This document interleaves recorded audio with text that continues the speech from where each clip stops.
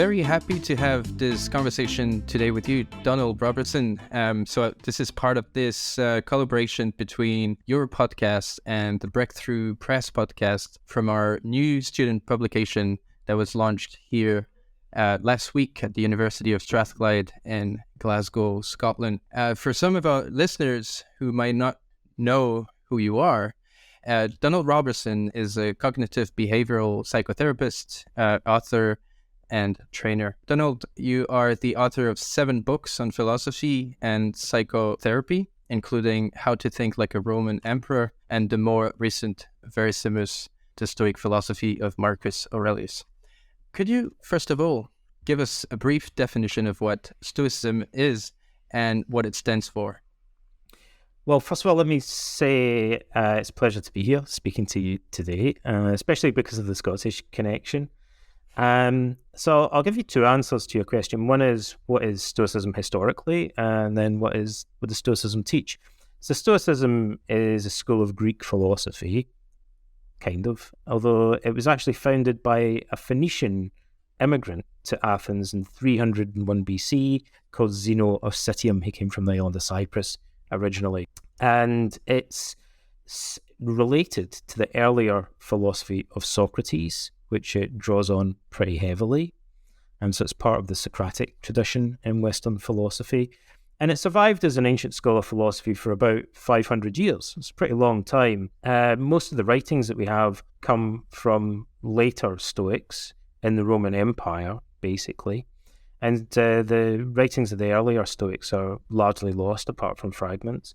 So I'll just mention some names because your listeners might have heard of them. The main Stoics whose writings survive are Seneca, who's kind of topical at the moment because the trailer just came out a few days ago for the movie Seneca, starring John Malkovich. That's about his life and his relationship with Emperor Nero. Seneca was an advisor and a speechwriter for Emperor Nero. We have many letters from him. Then there's Epictetus, who is arguably the most important teacher of philosophy in Roman history, arguably, certainly one of the most important. And we have many discourses of his that were written down actually by one of his students. And then there's the Roman Emperor Marcus Aurelius, who is very famous. He was portrayed by Richard Harris in the first act of the movie Gladiator, featuring Russell Crowe. Actually, funnily enough, there's another movie coming out, Gladiator 2, has been written, or is in the process of being written at the moment. It's been greenlit by the studio. So maybe we'll hear a little bit more about Stoicism and Marcus Aurelius when that movie comes out as well. And then also a kind of honourable mention goes to Cicero, who was not a Stoic, but is one of our main sources for Stoicism. He's a very educated man, a Roman statesman, one of the most important orators in history, and he'd studied Stoicism, although he followed the academic school of philosophy, a rival school of philosophy. So a lot of the information we have about Stoicism comes from Cicero. So that's a potted history of Stoicism. And then what does Stoicism teach?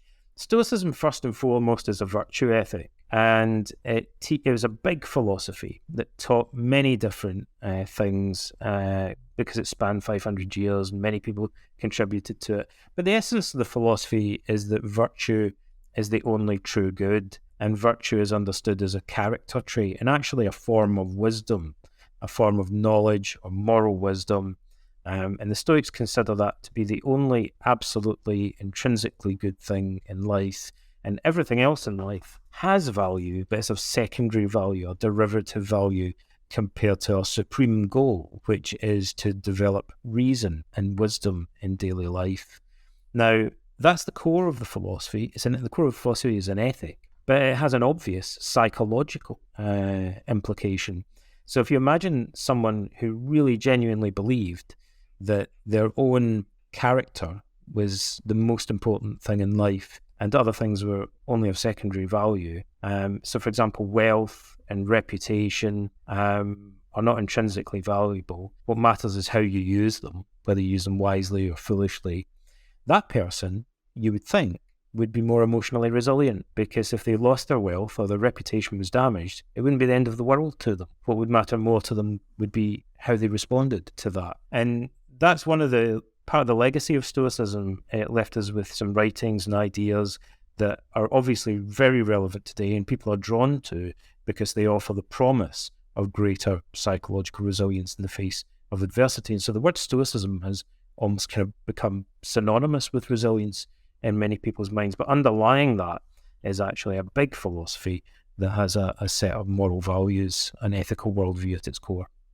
So about the psychological aspect of it, if we come to what you've been studying as well in the past years, what is cognitive behavioral therapy, and how does this differ from applying Stoic principles to one's life? Well, cognitive behavioral therapy evolved out of behavior, an earlier approach called behavior therapy, and didn't really become prominent in the mainstream until around about the 1980s, actually, although it began developing in the late 1950s, somewhat earlier. And cognitive behavioral therapy evolved partly out of disillusionment with earlier psychotherapy approaches like Freudian psychoanalysis and its derivatives. And it was based on emerging research on the emotions in the field of psychology.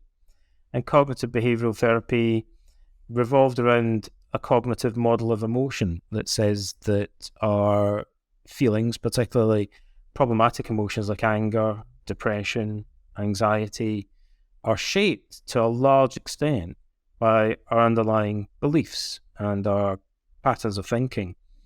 And the pioneers of cognitive therapy realized that the Stoics had said something very similar to this 2,500 years earlier. And indeed, these ideas go all the way back to Socrates and beyond. So Albert Ellis, who was one of the earliest pioneers of cognitive therapy, he was a New York psychotherapist. In the 1950s, Ellis was a psychoanalytic therapist originally, but became disillusioned with a more post-Freudian approach. And he decided to kind of, set aside all his Freudian books, all his psychoanalytic books, and start again from scratch in the middle of his career.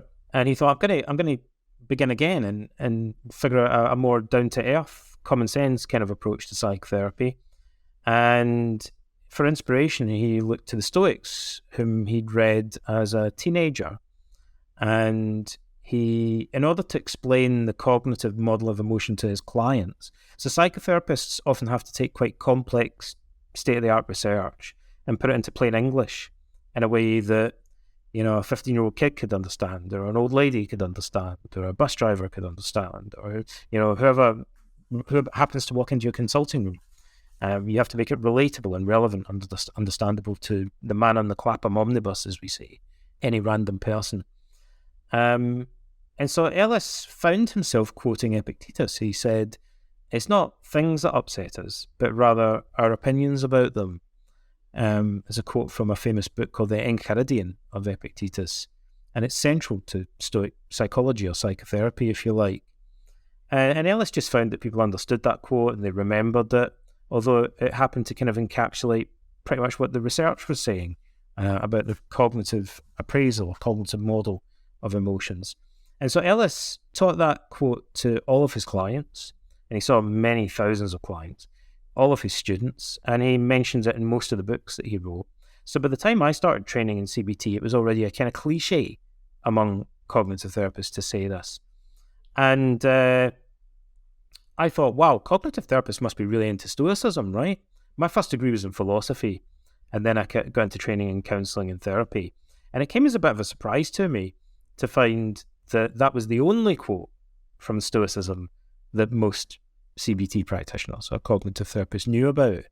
And I became doubly surprised when I dug deeper into Stoicism and I realised Stoicism already had an approach to psychotherapy, because we tend to think of psychotherapy as a very modern thing.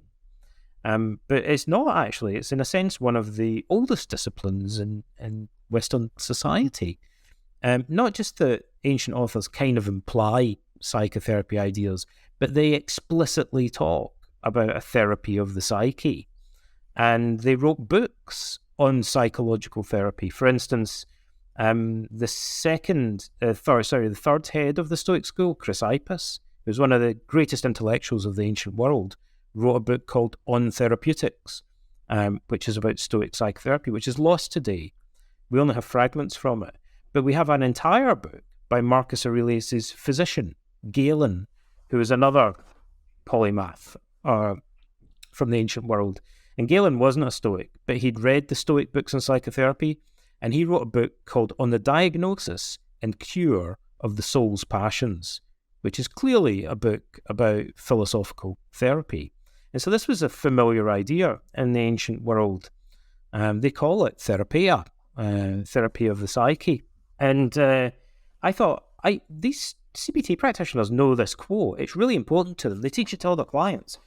So it's really surprising that they haven't made more use of all the other therapy stuff that exists in Stoicism. And that inspired me really to begin writing about it and talking about it. You know, anyone that comes up with a cool idea like that, something that get excited about it, your first reaction is it just me? Like, am I the only person that thinks this is interesting? So luckily I was doing training and workshops, and I trained therapists in the UK. So I would be standing regularly all day long in front of 30, 40, 50 psychiatrists, psychologists, counsellors, life coaches, therapists, talking all day to them. And I'd talk to them about Stoicism, and I'd be like, it's just me? Like, do you guys think this is cool? And they wanted to hear more and more and more about it. So I thought, it's strange that there aren't more books written about Stoicism for modern therapists. So I wrote one called The Philosophy of Cognitive Behavioural Therapy. I wrote it almost 15 years ago, I think. It's 12, maybe 13 years ago. And then, that kind of launched me into being an author, I suppose. And I've written more and more books since then. And Stoicism at that time, and I kind of hate having to say this because it sounds like when people say, I was into this band before they were cool or something like that. But when I first got into Stoicism, no one was interested in it. It was, my friends told me it's a real niche subject. It's sort of obscure. People, undergraduate philosophy students, don't normally study Stoicism. I didn't study it in I studied Plato and Aristotle, but not the Stoics, until after I graduated. I began to read them more. And it was only really within a few years of that more popular books began appearing, like Ryan Holiday's The Obstacle is the Way, and William Irvine's Guide to the Good Life. And then my own books came out, and now Stoicism is, as the young people say, a thing, particularly in some parts of the world. I spend a lot of time going between Canada and Athens, and in Greece, still to this day, there's not that much interest in Stoicism, surprisingly. But in Toronto, in Canada, like, I go and get my hair cut, and the barber will say, what are you doing today? And I'll say, I'm working on a book. And he'll say, what's it about? And I'll say, it's about Marcus Aurelius or whatever. And he'll say, I've got a Marcus Aurelius tattoo or something, right? It's kind of everywhere. And these films that we mentioned that are coming out are probably just going to fuel that even more. So that's how I became interested both in Stoicism and in cognitive behavioural therapy. Could you tell us a bit more about your Scottish background, and if that specifically had an influence on the path you chose and your present research? I think it did, but maybe in a kind of surprising way. So my Scottish background is that I am Scottish, as people might guess. Although I haven't lived in Scotland for a really long time. Like, I moved to England, and then I moved to Canada. Like I say, I spend a lot of time in Greece now. I go back to Scotland occasionally. My family are Scottish. I was born in Scotland. I was born in Ayr, and I grew up in Ayrshire on the west coast of Scotland. I went to university in Aberdeen, which is where I studied philosophy. Now, Scotland influenced me, I guess, in a surprising way, because Ayrshire is Burns country. And when I grew up, I kind of got exposed to the poetry of Rabbie Burns. And I didn't think much of it as a kid. I just thought, oh, geez, this is what all the old people are into. Like, my friends' parents and stuff are into Rabbie Burns. And, when you're a kid, it's kind of like old stuff. It's corny or whatever. But I read it.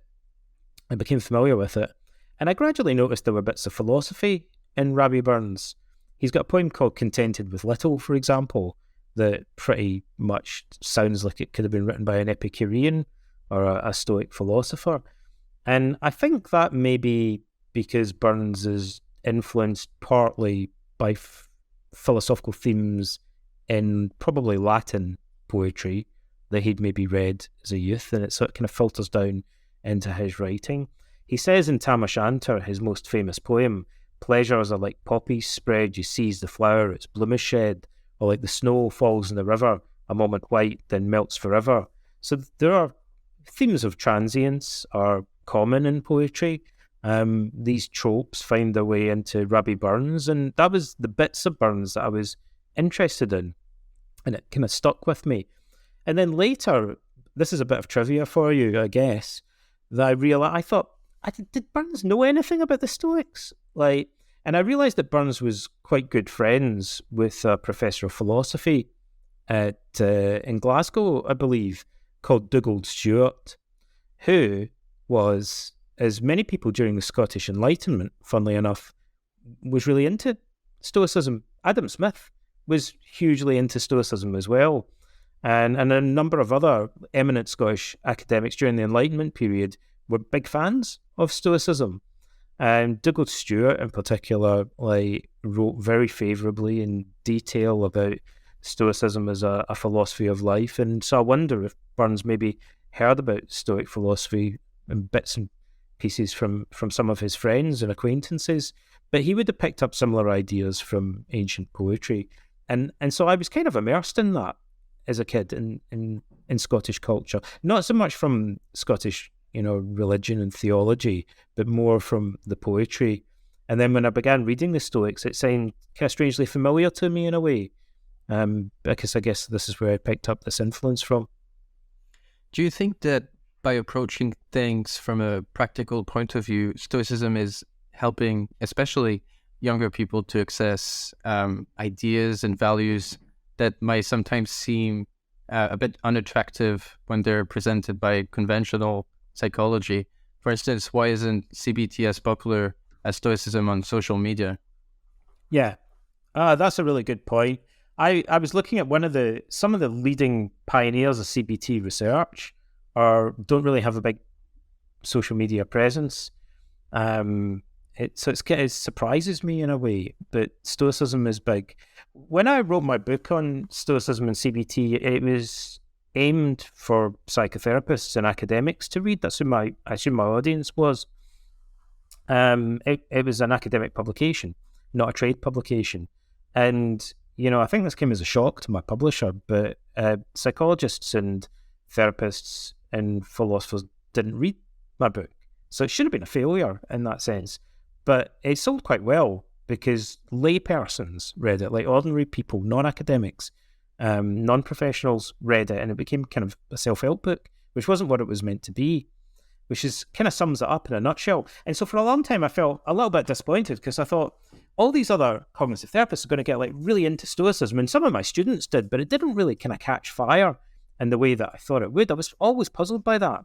And only recently I've started to find more and more cognitive therapists getting into Stoicism. And I think my explanation of that, by the way, is that twofold. Cognitive therapists are very busy and they have to read a lot of research. So I think partly they feel that they don't have that much time to really get in depth into philosophy if it's not something that they've studied. And also they have it drummed into them that everything they do has to be evidence-based.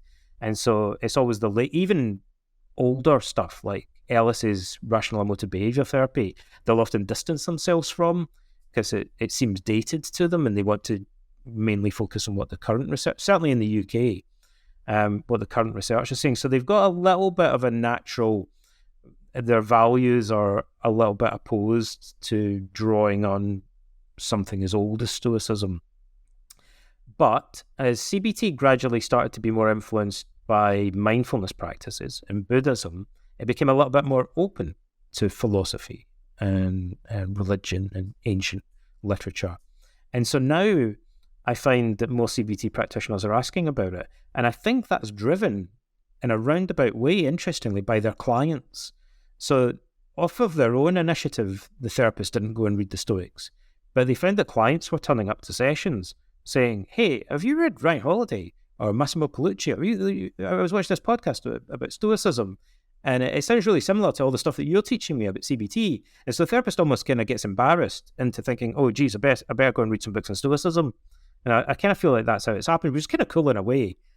In terms of the popularity, I like to say, I mentioned this a moment ago about tattoos, but I've never met anyone, and you guys, I'll put this out as a challenge. I always throw the gauntlet down over this, and I've never been proven wrong yet. I've never met anyone that has a CBT tattoo. Like, I've never met anyone that has Albert Ellis's face tattooed on them, or Aaron Beck, or a quote from the books or anything like that. But you wouldn't believe how many people have sent me pictures of their Stoicism tattoos. There's a couple of people that have got whole like Pinterest pages and websites with collections of photos of Stoic tattoos on them, right? Ryan Holiday has a Stoic tattoo. So do I. I think Massimo has one as well, right? Now, this might seem like a bit of a weird, silly observation, but it's quite serious because people get into Stoicism in a way that they don't get into CBT. CBT is meant to be short-term. Like, you go, you do it, you learn some skills, either you get better or you don't, and then it's pretty much over. You know, there's a bit more to it than that. You're meant to maintain your improvement over the long term, but CBT does not proffer itself as a philosophy of life. CBT is not a yoga, not as normally understood. But Stoicism is a philosophy of life. It's like a Western yoga or a Western Buddhism. And so people identify with it at a deeper, lifelong level. It's part of how they see themselves. Like they say, I'm a Buddhist or I'm a Stoic. Like, and CBT, for a number of reasons, cannot and does not present itself as doing that. But nevertheless, it's very closely aligned with a philosophy that can offer to provide people with a whole worldview and a permanent movement with which they might align themselves or identify themselves. And that's why they go and get a tattoo or a T-shirt or whatever, you know, but they wouldn't think of doing that with CBT. By the way, another observation I'd make about this that I made right at the beginning when I began writing about this subject is that people read books on CBT and then they usually don't reread them that much. So they'll read Feeling Good by David Burns or Russ Harris's The Happiness Trap, and these are great books and best-selling books, but people don't keep reading them every year. They don't quote them from memory that much. Whereas Meditations of Marcus Aurelius in particular, people read over and over again. They have favourite quotations from it. And it's partly because it's beautifully written. Only less than 1% of Stoic writing survives today. And it's the creme de la creme, in a sense, that survives. History has curated the most memorable and best written. I think people underestimate a couple of things about the ancient Stoics. Some of the other books that are lost, we have fragments of, and they're kind of a little bit dry by comparison, right? Not all the ancient Stoics were great writers. Seneca was a celebrity writer during his lifetime. He was an expert on rhetoric. His father was a rhetoric professor. He was a professional speechwriter. So it's no coincidence that people like to quote him and that his writings are survived for thousands of years. Marcus Aurelius, although he was a Roman emperor, studied rhetoric for decades in Greek and Latin under the two leading rhetoricians of his era. So Marcus was a highly experienced, highly skilled, very thoroughly trained writer. Although the book we have by him is lots of little fragments, he was capable of writing very elaborate speeches and very skilled at it. So again, it's no coincidence that people find him so quotable, like he's had decades of training. And even Epictetus was not a rhetorician, but Epictetus wrote nothing. The discourses of Epictetus and Enchiridion were written by one of his students called Arrian, who was a highly accomplished Roman statesman, military commander, and writer, a very prolific writer. So again, it would be like if Shakespeare wrote a book on CBT.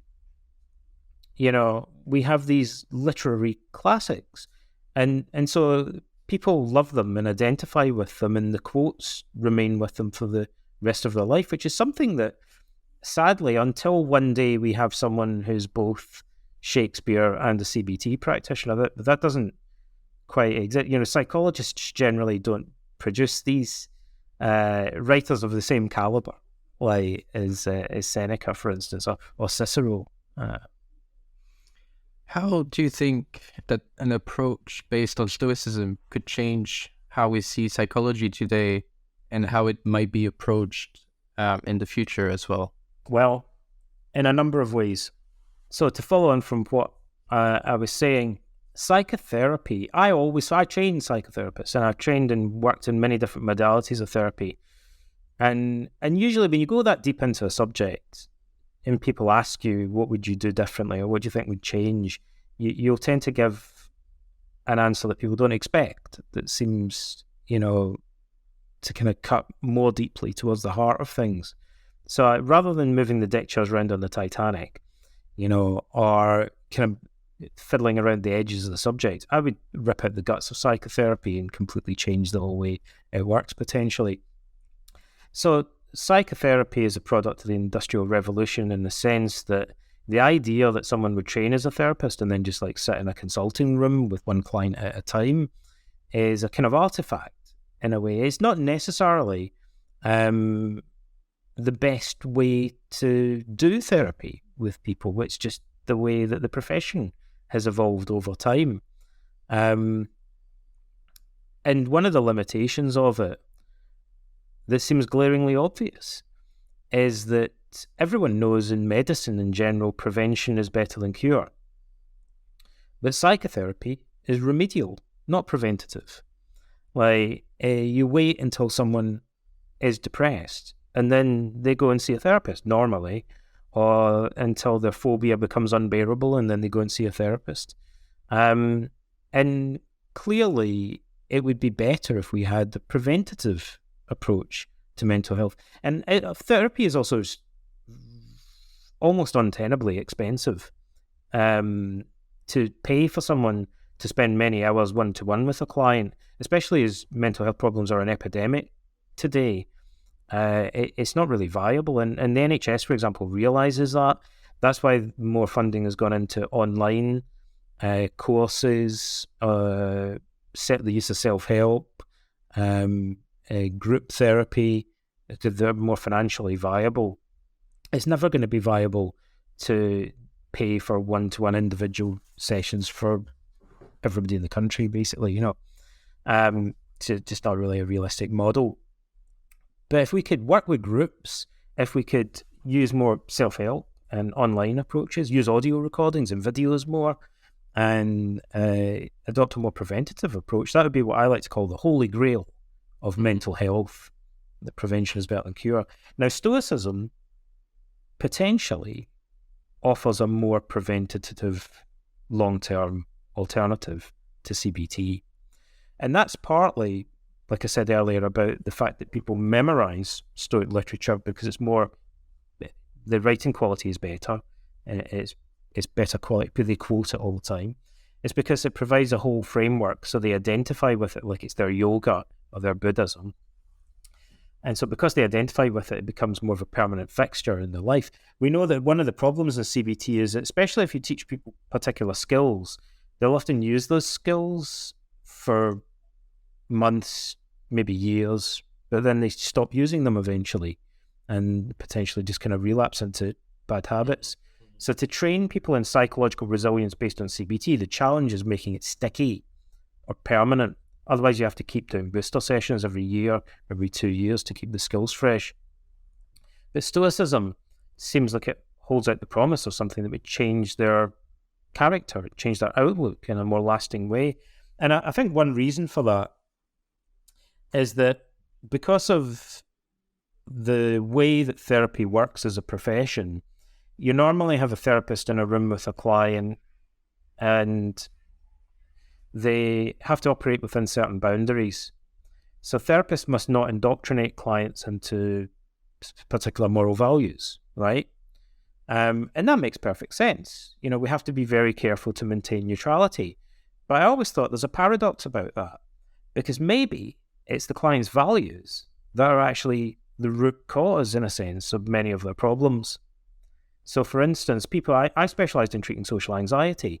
So when we work with clients with social anxiety, we might be working at the level of assumptions they have about their appearance, assumptions they make about what other people are thinking of them, patterns of thinking that they're engaged in, even the way they focus their attention or behave in a social situation.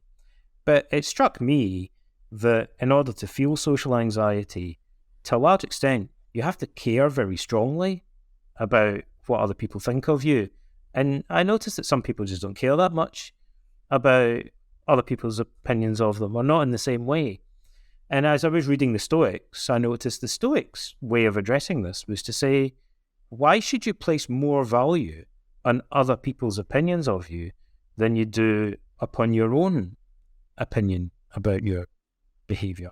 Or at the very least, why place so much value on the opinion of people who you don't respect?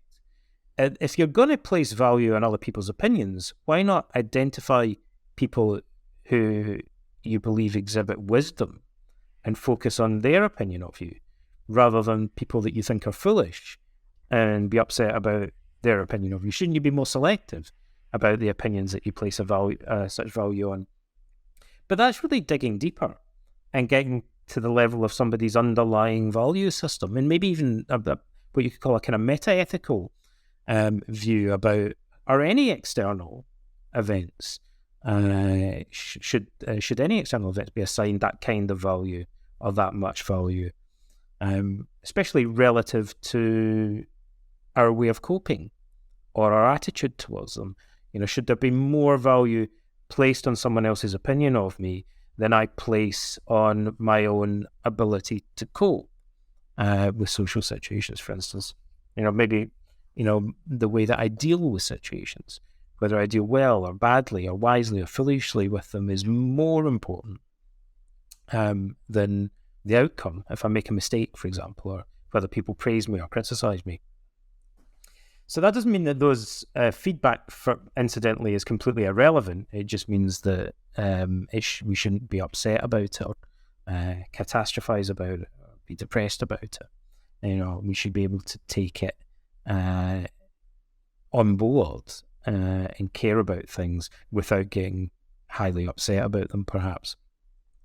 Now, you can instill values like that, arguably, in a normal therapy session, or certainly it's a grey area. It's a problem for therapy. Therapists increasingly now do work with clients' values. They didn't work so much with them in the past.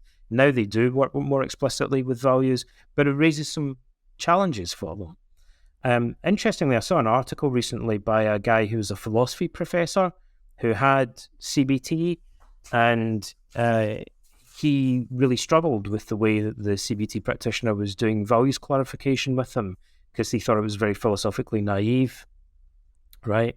It's kind of like teaching your grandma how to suck eggs. This guy was an expert on ethics, and he was like, this therapist's idea about values is just like making him roll his eyes or whatever. But if values are really that important in terms of shaping our emotions, and it seemed obvious to me that they were, maybe philosophy is in a better position to help us think them through and address them. Now, Stoicism does actually advocate for a particular set of values, it has to be said, but they're values that are to be accepted on the basis of reason, not on the basis of faith. So Stoicism doesn't say you must accept these values. It simply says you should think about your values, and if you do, you may arrive at the same conclusion that we do. These are the conclusions that we've arrived at about the nature of values and the type of values that are most important. So if Stoicism can address values, I think that's partly why it's able to transform us at a deeper level and a more permanent level.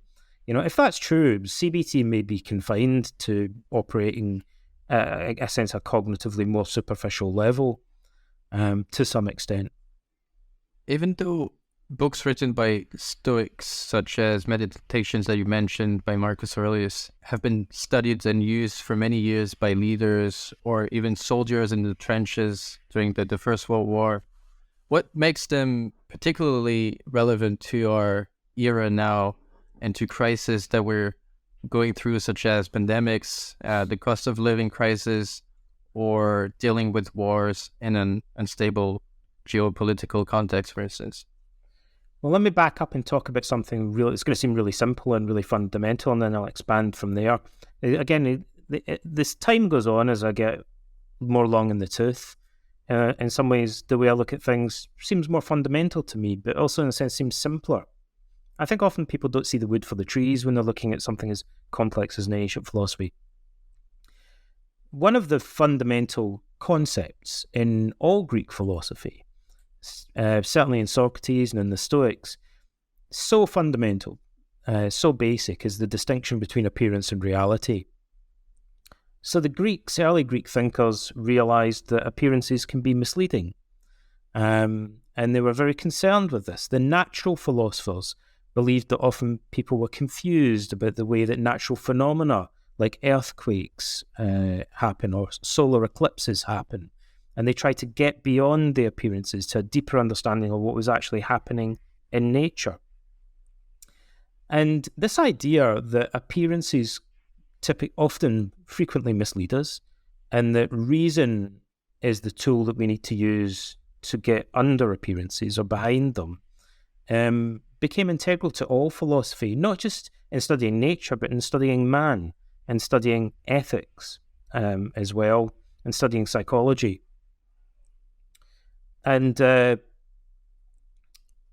one of the areas where Socrates is believed to have innovated is that he initially studied natural philosophy, but became disillusioned with it. And people say it was Socrates that introduced the focus on ethics. Other people talked about ethics, but Socrates is known for really being the first person to systematically apply the dialectical method to ethical questions, and particularly questions concerning the nature of virtue.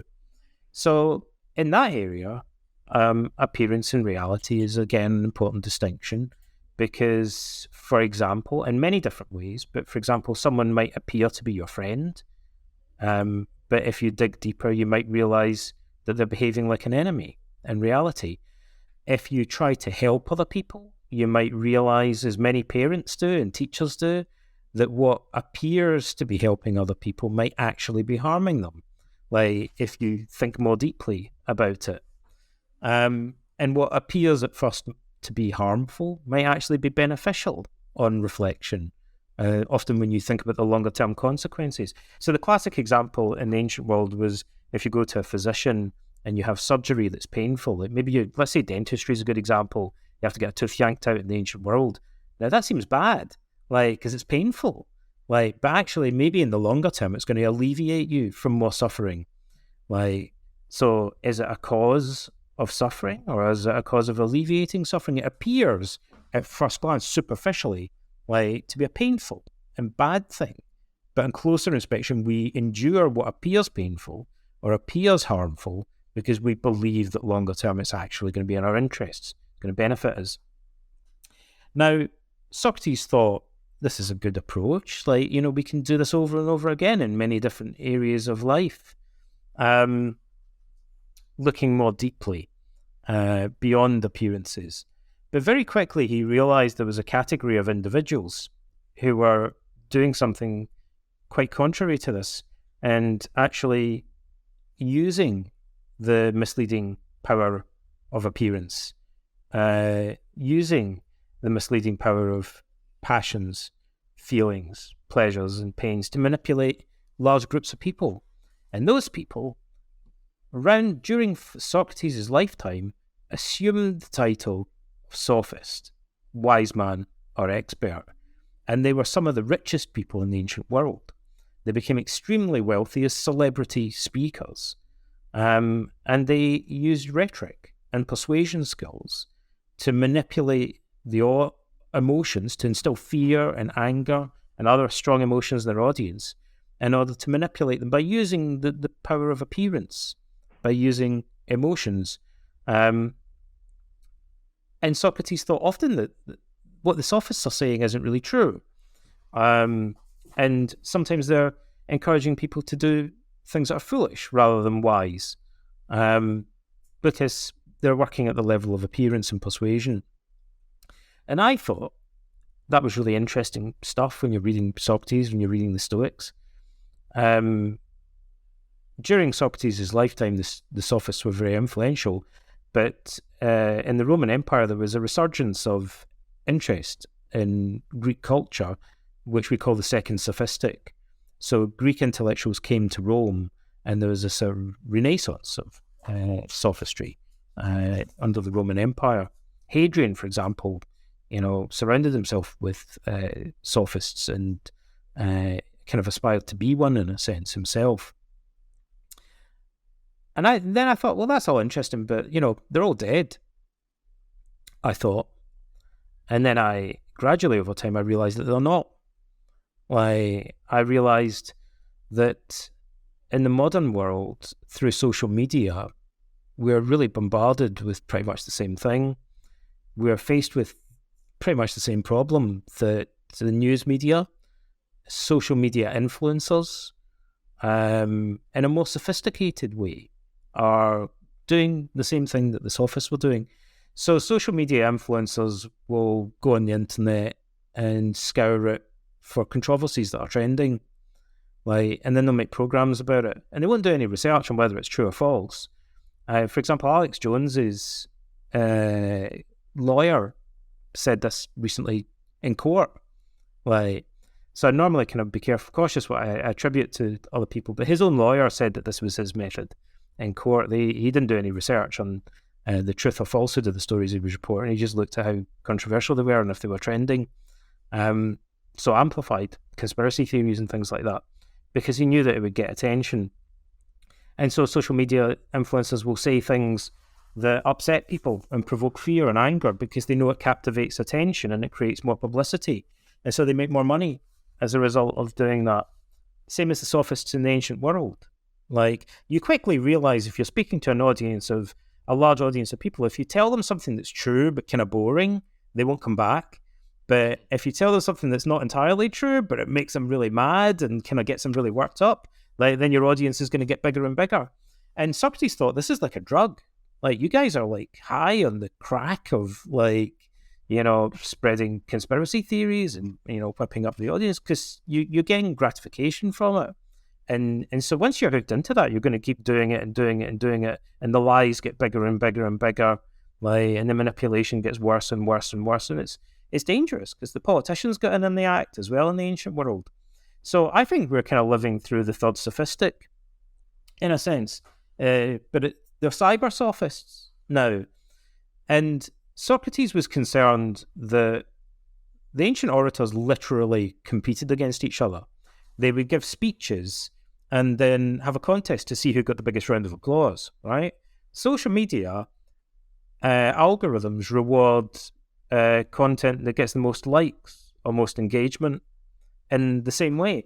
So Socrates would say, it's not, the truth isn't a popularity contest. You guys are just inevitably now going to start adapting what you say to be whatever you think is going to get the biggest reaction from you. So truth has gone out the window completely. You're now just selling out, basically, appealing to your audience's prejudices. Social media works in exactly the same way. So people end up in bubbles, where they're hearing more and more stuff amplifying their existing prejudices. And it's really, the ancient philosophers saw that was an inherently toxic framework. And that, I think, people are fed up with it, right? I think once a situation gets bad enough, even though initially people are duped by it, they gradually start to realize that something's not quite right. I think more and more people now are realizing we're at the stage where people realize that there's something toxic about social media and the news media today and the network, the way social media influencers sometimes spread news and distort it and conspiracy theories and stuff, their lack of accountability, their lack of research, the way that they benefit from hyping up audiences and spreading fear and anger and stuff. But I think we're at a stage where people don't know what to do about it. They think, this sucks, but what do we do about it?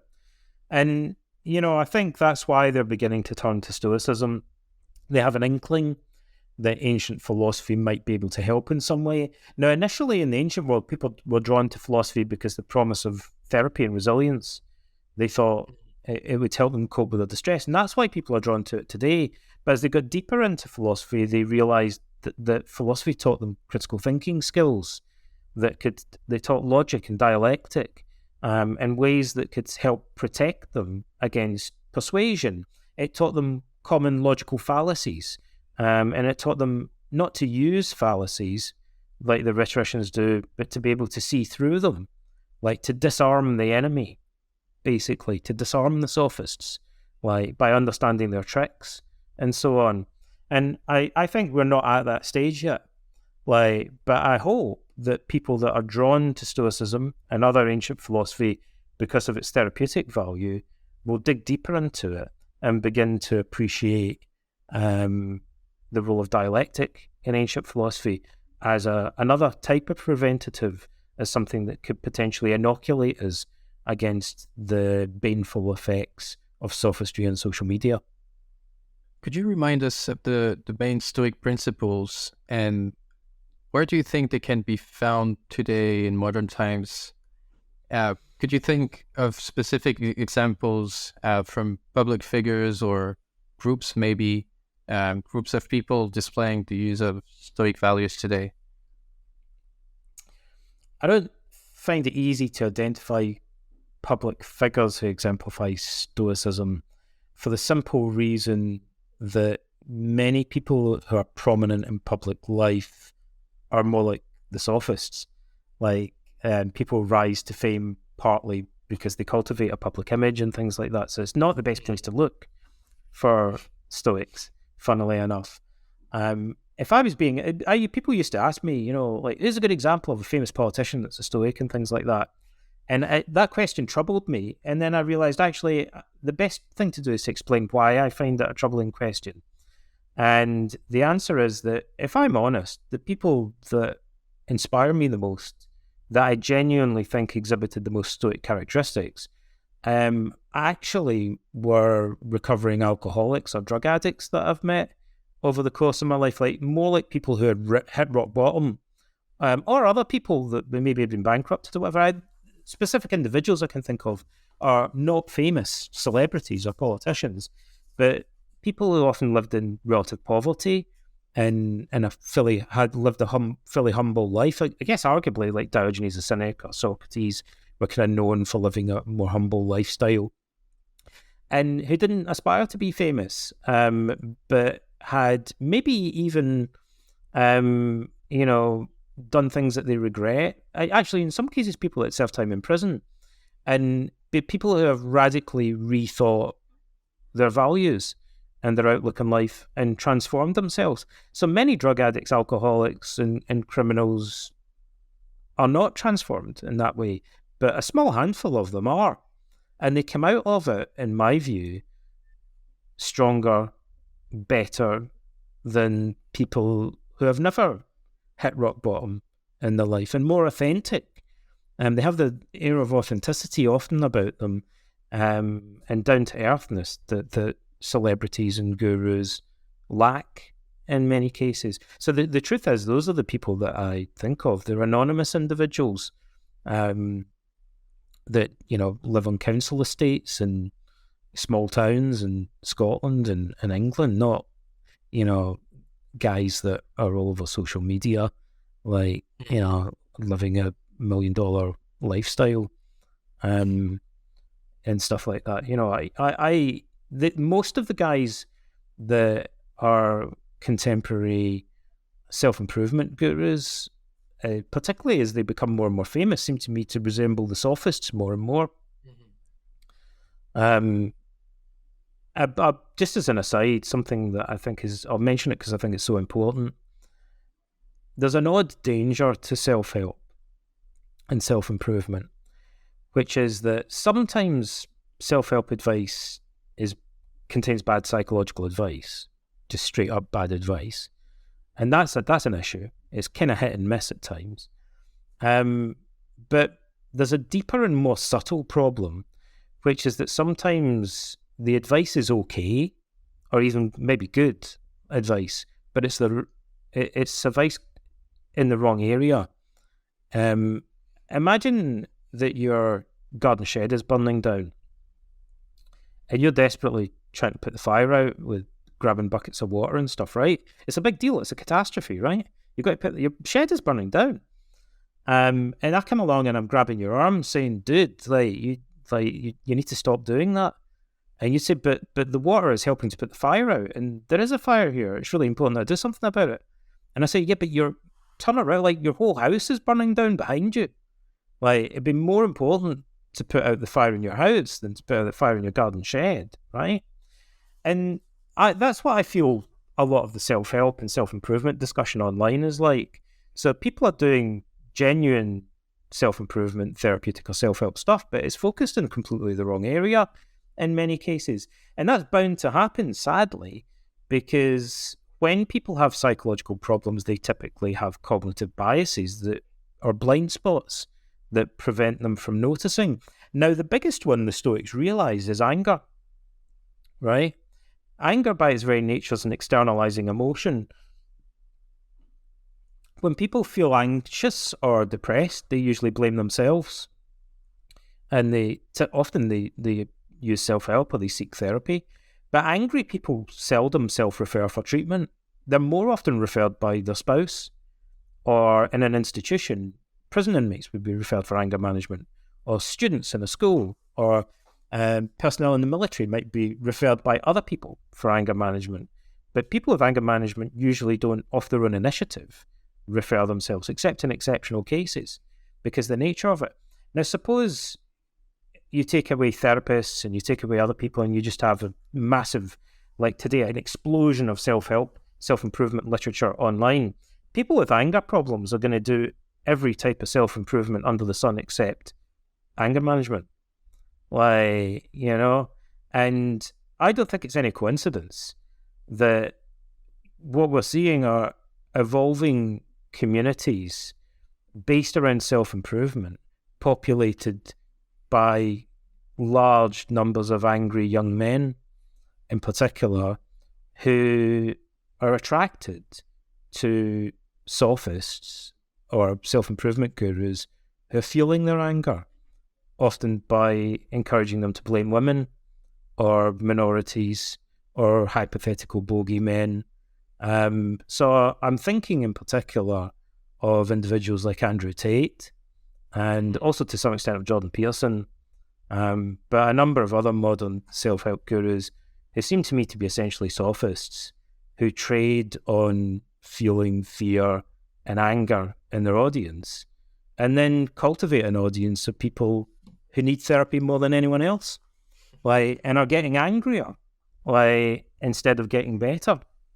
There's something wrong there. It seems, in a sense, it's obviously wrong. Andrew Tate's followers took to the street in Athens a few weeks ago and protested. You know, they were almost rioting in the streets. You know, if this is a self-improvement approach, why is it doing nothing for their anger and aggression?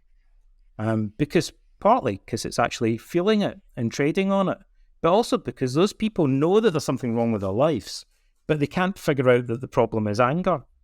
You know, instead, what they're doing is blaming other people. And so, when you're angry and you don't realize that your girlfriend's dumped you because you're bitter and angry and hateful, and you know, like that's you lost your job because you're angry and bitter and irritable and stuff like that. Someone needs to tell you.